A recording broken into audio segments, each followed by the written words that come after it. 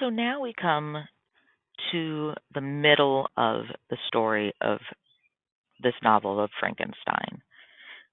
As I said before, this is a frame story, and the picture in the middle of the frame is the monster or the creature's story from when he had been created up until the point that he meets Frankenstein on the top of the mountain. One of our themes of our story is, are we born bad or made that way? Keep in mind that the monster was created and left completely on his own. So when people ask, how could I possibly have a connection to this story?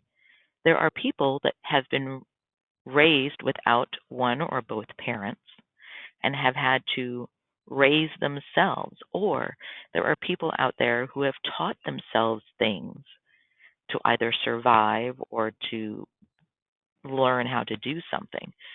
And this monster teaches himself numerous things.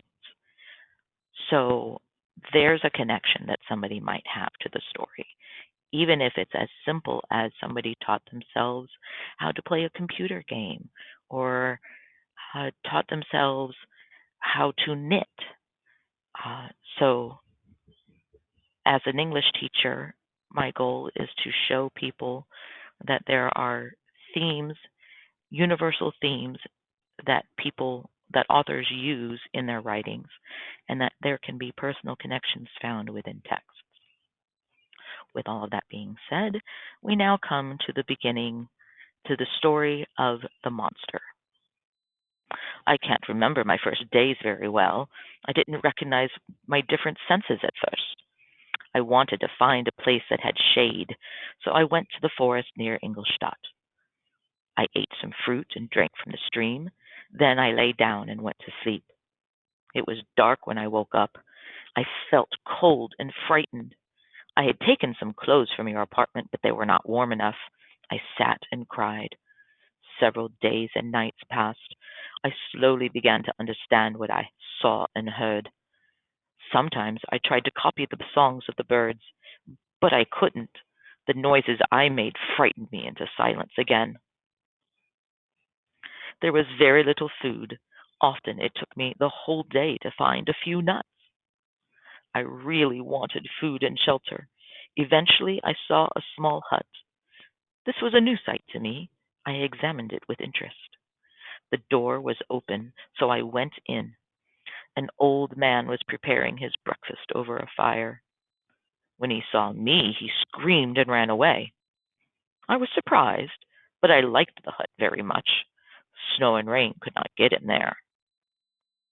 I hungrily ate the old man's breakfast, then I lay down and fell asleep.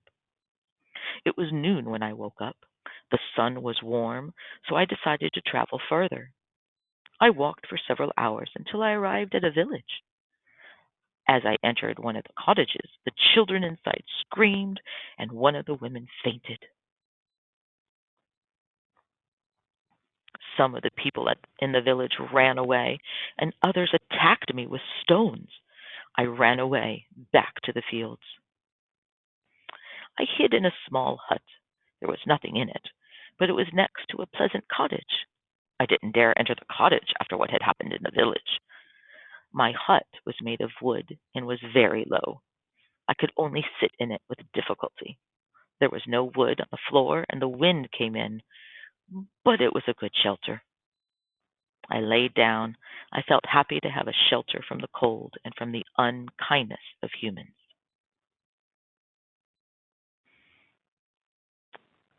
The next morning, I drank from the stream and ate some bread I had stolen.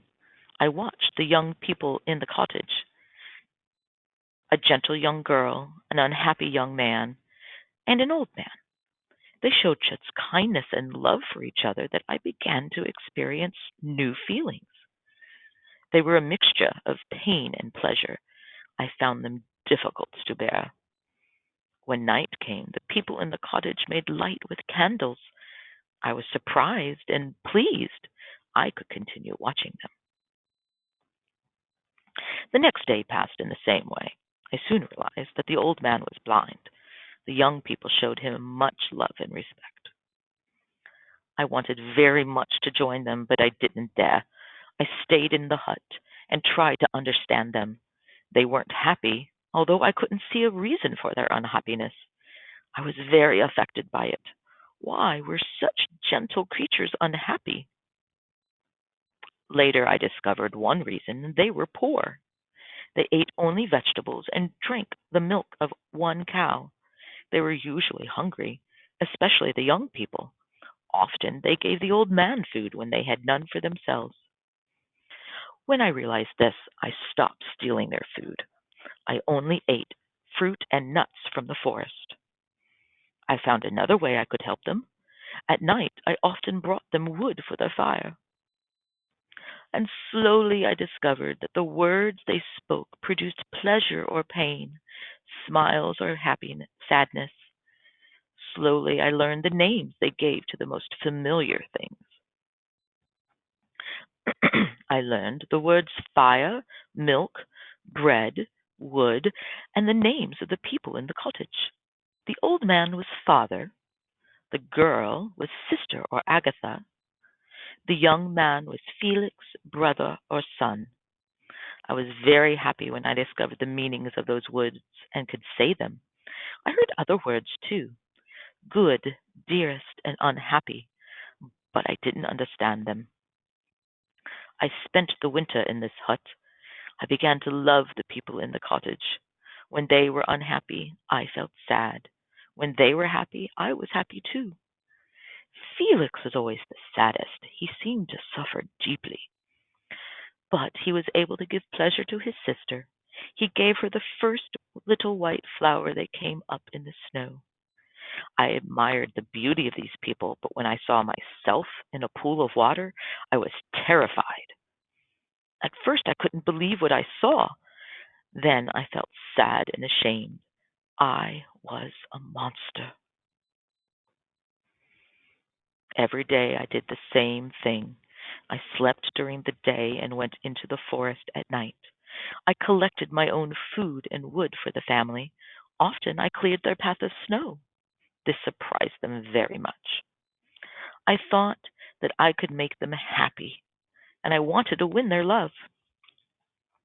To do this, I tried hard to learn their language. Spring arrived, but Felix was still very sad. Then a visitor came. Felix, my sweet Safie. Felix was extremely happy.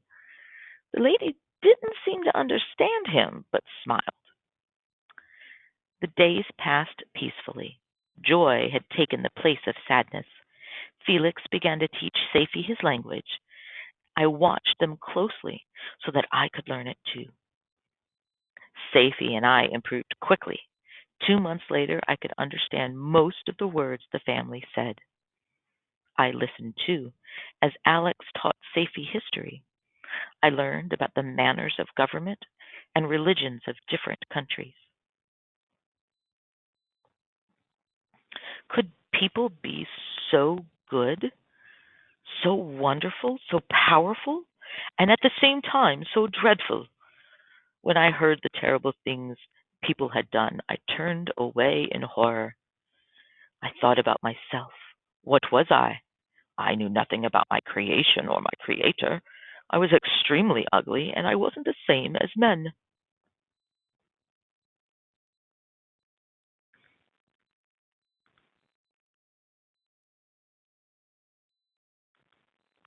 I learned about men and women, the birth of children and families, but where were my family and friends? No parents had taken care of me and loved me as a child. What was I?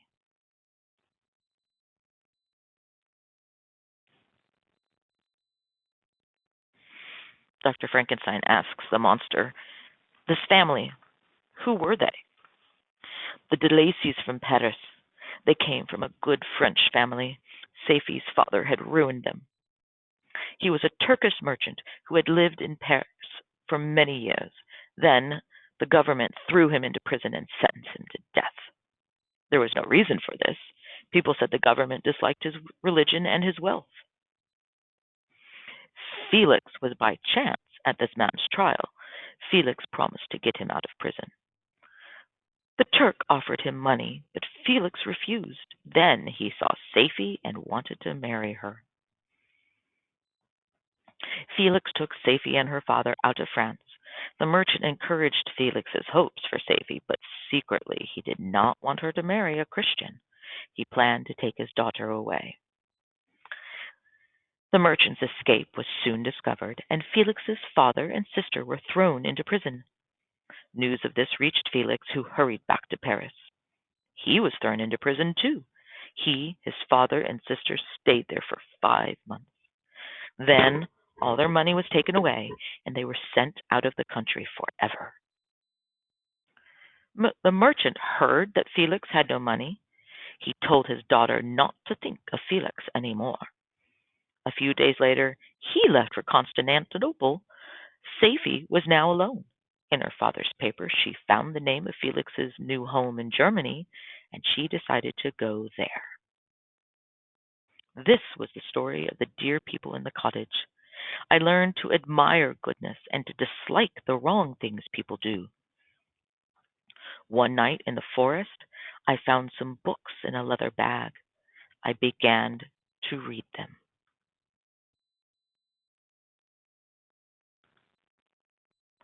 One of the books was Paradise Lost. I read it as a true history. I was like Adam. I was not linked to anyone else like him, but he was happy and I was miserable. Much earlier, I had found some papers in the clothes I had taken from your apartment. I began to read them carefully. They were your journal of the months before my creation. Here they are. They describe in detail my disgusting body. I felt sick as I read them. Why did you make me a monster? Even you cannot look at me. You made me not the same as you, but worse. My Creator had left me, and in my anger and unhappiness I cursed him. I decided to introduce myself to the people in the cottage when the time was right. Months passed. Then one day, when the old man was alone, I knocked on the door of the cottage. Who's there? Come in. Pardon me, I'm a traveler and I need a little rest. Could I sit by for a few minutes by the fire? Come in, but I can't offer you any food because I'm blind. I have food. I only need warmth and rest. I am an unfortunate creature. I have no relation or friend in the world. I'm now going to claim the protection of some friends. These good people have never seen me. If I fail with them, no one will ever be my friend. If these friends are good and kind, there's no need to lose hope. They are kind, but where they should see a kind friend, they only see a monster. I have shown them kindness, but they believe that I want to injure them. Where do they live? Near here. Perhaps I can help. What are the names of those friends? At that moment, I heard the steps of the younger people. Now is the time. Save and protect me. You and your family are the friends I'm looking for. Great God, who are you? I cannot describe their horror when they saw me. Agatha fainted, and Safie ran away. Felix tore me from his father. He threw me to the ground and hit me with his stick. Full of pain and sadness, I escaped to my hut. They didn't see where I went. The family left the cottage. That night, in anger, I lit a dry branch, and the cottage was soon on fire. And now where should I go? I knew from your papers that you were my creator. I knew you were from Geneva. I decided to go there. My travels were long and my sufferings were great. The day I usually rested during the day, and I traveled at night. However, one morning I found that my path went through a deep forest. I decided to continue walking after sunrise. It was a beautiful spring day and I felt happy. I heard the sound of voices, so I hid. A young girl ran along the bank of the river. Suddenly her foot slipped and she fell into the river. I rushed from my hiding place and with great difficulty pulled her out of the water. I tried to bring her back to life. Suddenly a man came toward me. He tore the girl from my arms and ran back into the forest. I followed him, and I didn't really know why. When he saw me, he aimed a gun at me and fired. I fell to the ground, and the man escaped into the forest.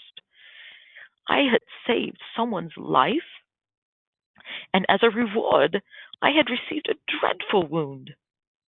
In great pain, I promised that in the future I would only hate people and injure them.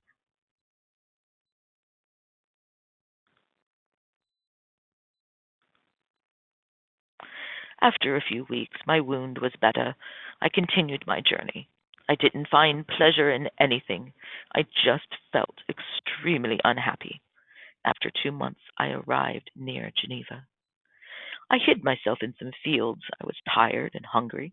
I fell into a light sleep. But a beautiful child woke me up. He ran up to my hiding place. I thought that he was too young to hate me. If I could teach him to be my friend, I wouldn't be so lonely. Child, I'm not going to hurt you. Listen to me. Let me go. Monster, you want to eat me and tear me to pieces. Let me go or I'll tell my father. Boy, you will never see your father again. You must come with me. Monster, let me go. My father is Monsieur Frankenstein. He'll punish you if you keep me. Frankenstein? You belong to my enemy. You'll be my first victim. The child still struggled and shouted. I took hold of his throat to make him stop, and in a moment he lay dead at my feet. I too can create sorrow. This death will make my enemy miserable and destroy him.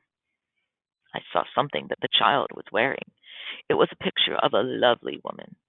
I remembered that such beautiful creatures would never bring me happiness. I went to find a hiding place and entered a barn. A young woman was sleeping there. She was lovely. She was one of those who would never smile at me. Wake up. Your lover is near, someone who would die to have one look of kindness from you. She moved a little, and I was terrified. If she woke up, would she say that I was the murderer? I decided that not I, but she should suffer. I murdered the child because I would never have this woman's kindness, so she should pay for the murderer. I put the picture in her pocket. She moved again, and I ran away. For days I stayed near the place where I had murdered the child. Then I came to these mountains. There is something I want, and only you can give it to me. You must promise to do as I ask. I am alone and miserable. People hate me. You must create a woman who is as ugly as I am. She will not run away from me. You must create this woman.